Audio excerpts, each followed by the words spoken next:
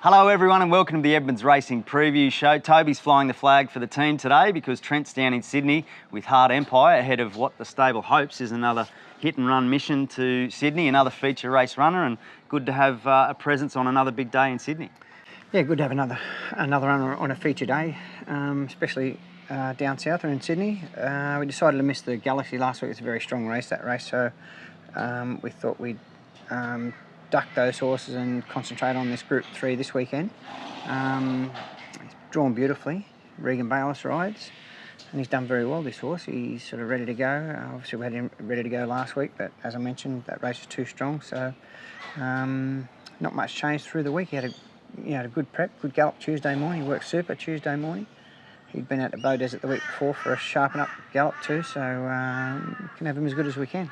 Okay, very good. Well, we'll get a report from our Sydney correspondent, Trent. Oh, yeah, Trent. He's going to send through a little video with an update on Heart Empire, so we'll touch on that a bit later in the show. But on the home front, plenty of action still going on this weekend. Thursday's meeting in Ipswich today, so hopefully people get to tune in before these runners. Cordyceps Miracle returns to Ipswich after finishing 4th last start, and step up to 1680 should suit. Yeah, his pedigree suggests he should love the distance. You know, he's out as a Zagalia by no never, I think he is, and you know, the 1680 around there, it looks ideal.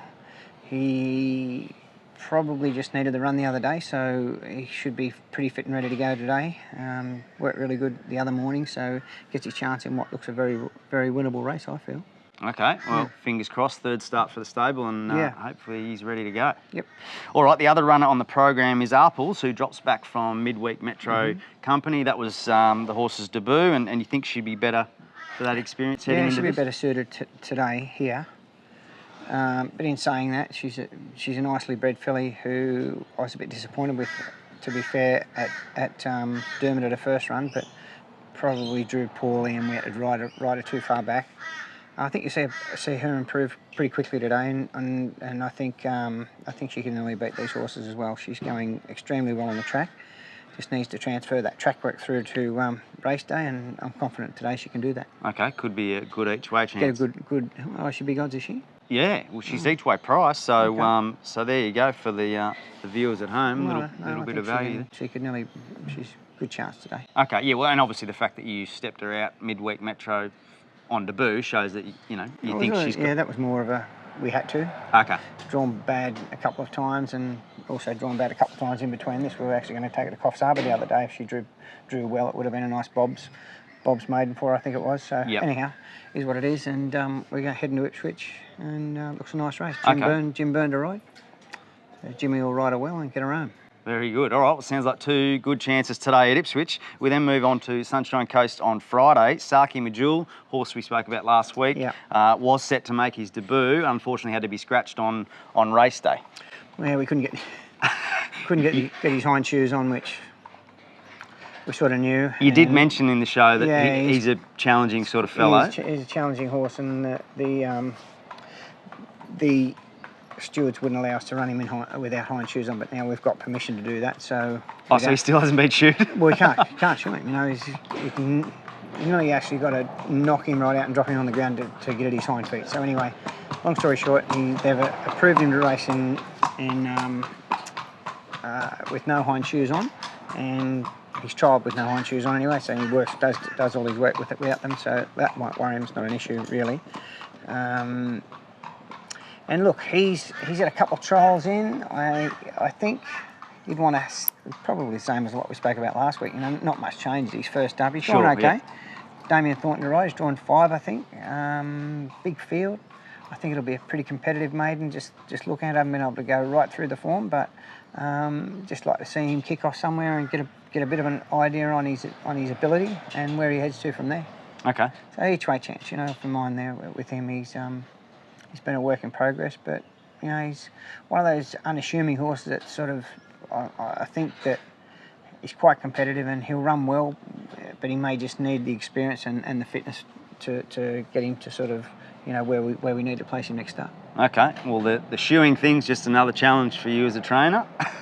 Yeah, You well, got programming, getting them fit, and now you've got a horse that doesn't want to be shoed. it does come with quite a few road, what do you call it, speed ups this Little job. speed up. Well, hopefully he sounds like a fierce sort of fellow, this horse. So Yeah, he's tough hopefully he's a race, fierce competitor Yep. for his debut. All right, we move on to the big one, Hard Empire, feature race runner. You've already touched on him, and so let's throw to our correspondent Trent with this update.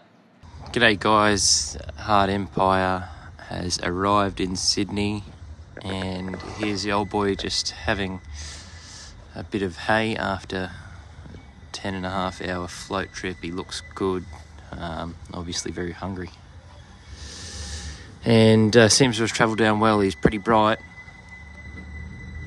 Very important thing that we drawn a soft barrier this weekend with him. He races best when we draw a soft barrier. He can get a bit of cover and then use that acceleration that he has. So, tricky race, but I think he's about $27, $28 or something like that. And I'm going to go out on a limb and say he's over the odds, to be fair, off the back of his last couple. Obviously, we know last start he didn't have a great deal of luck. He got a fair way back and hit the line hard. And I think Saturday you'll see him race a little bit closer and just peel off their backs at the right time and let rip. Have a look at him. He's travelled down super. Very happy with him. Well, there you have it. That's the latest from Sydney with Hard Empire. And Toby, you've already sort of half touched on the horse, but what are your thoughts in general? Obviously, he's a giant killer. He's already been down and cleaned up opposition, probably, I guess, better than this field. Yeah, interestingly enough, it was at Randwick. He goes very well at Randwick. We haven't had him in Rosehill yet, so we'll see how that goes. But more important, or most important thing, he's drawn soft, drawn barrier 2. Regan Bayless is riding him. He's riding very well, Regan. You know, he's one of the go-to jockeys down there. So we're happy he was able to ride him. As long as he begins cleanly, which I don't see any reason why he won't. I think he could be, forward of midfield. Rosehill last week was quite uniform. They seem to be winning from everywhere. The slipper winner got up the fence. There's a couple finished middle of the track out wide, so they were running on. So I suppose it's all tempo related, really, in these better quality races with the better riders around. So just needs clear ground somewhere, and I'm sure he'll be right in the finish. He's going very well, this old horse, and he's clean and sound, and and that's all we can hope for good performance. It's a fairly strong race. It's only Group 3, but it's quite competitive. There's a couple of younger horses down on the minimum and well down in the weights. So he needs to be at his best, which I'm pretty confident he is. Okay. Good luck to the Good old odds. boy and Connect. Yeah, he's good odds. Yeah. Well, he always is, 25 to 1. isn't he? He's Yep. sort of 25 to 1. He's very unlucky the other day. At his last run down there, he just got back in an unwinnable position and still only got beat 3/4 length, or just under a length, I think it was. Gives us good confidence. I feel a bit of a push in the best bets, and I like how you also worked in the slipper winner into that, because who won the slipper? You know who won the slipper? Did you tip it? Did I tip it? Of course I tipped it. We'll come to that in a minute in the bets tally.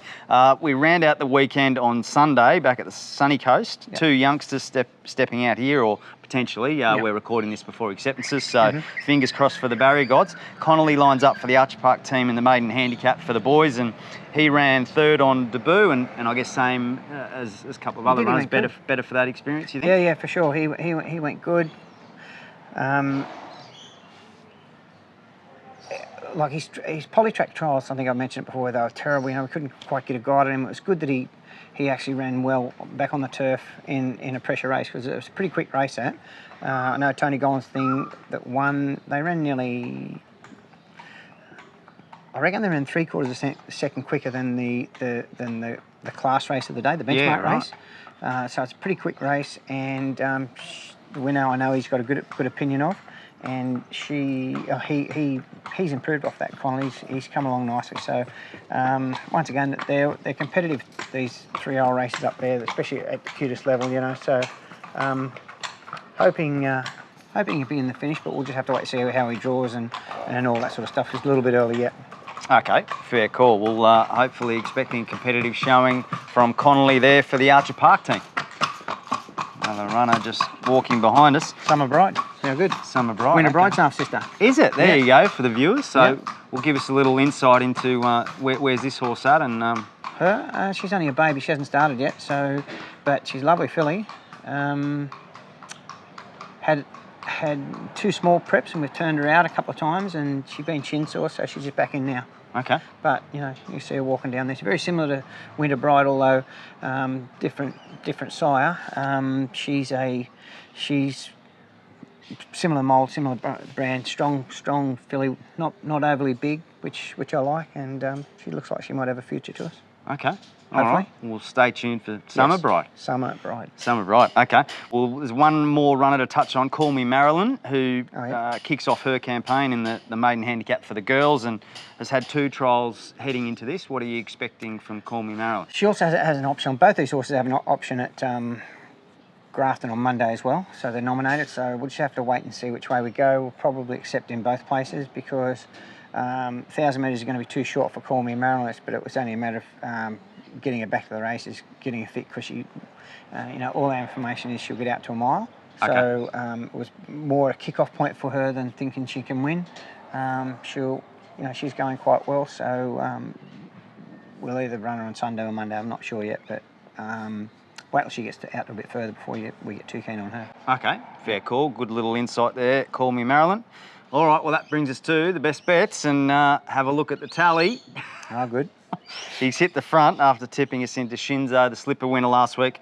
Toby, 11.30. I had a few bets, Trent, didn't I? you did. Well, yeah, there was more tips than. I spread them around a bit. Yeah, anyway, got the right one, right? So you did. So you had 3 or 4 tips, but you got one at $16 in the feature race. And Trent, unfortunately, he's 3 bets, so he's still in the black, but plus 430. You're 11.30. So he's only learning what it's all about. So junior. yeah, he'll be right in a year or 2. It's good to sledge people when they're not with you. Speaking of, let's throw to Trent's got his little best bets, so let's hear what he's got this week. G'day everyone. Yes, I'm obviously not there this week. Down here with Hard Empire, who we obviously know is running on Saturday at Rose Hill. Couple of best bets. I think Cordyceps Miracle, blinkers on up to a mile. Good chance today, getting fitter all the time at Ipswich. Should race well. And around the grounds, I'm going to go Pavitra in the Binary Stakes. Smashed them at Kembla last start in the Phillies Classic there. 1 ease down, stepping up to 2,000 suits. Chad Schofield on, just wins. Good luck everyone. There you go, Trent's tips for the weekend. You don't actually know what he's tipped, so what are you going to tip? Well, I'm gonna go early. I'm gonna go Apples today. I think she can win. And, are we going each way? Well, she's each way odds, so we can go each way if we want. So rather than me have a sort of a fence, sit on the fence type bet, but also Hard Empire's our better chance of the weekend. But he's each way, so we'll back him each way as well. 2 each way bets. Yes. 50 each way on those 2. Okay. Yep. See if you can extend the lead. Mm-hmm. All right. Not see, we'll. Oh, We'll, confidence. Yep. Confidence. I like it. All right. Well, sounds like some good sneaky chances over the weekend. Yeah, for sure. Another bit of news. We've locked in an Archer slot now. That happened yesterday or the day before, with a group headed by Jeff Maynard from. He's a grazier from out in, I think, west of Dalby somewhere. So good guy. He was actually tied up with the King of the Mountain slot as well. So Alpine Edge is locked into the Archer on the 30th of April. Very good. You sort of kept that under wraps. You could have kicked off the show with that piece of info, but anyway. Finish the show on it. Finish the show on a high. Yep. Truck's about to run us over again, so that's a good time to say farewell. Good luck, everyone, over the weekend. Good luck, guys.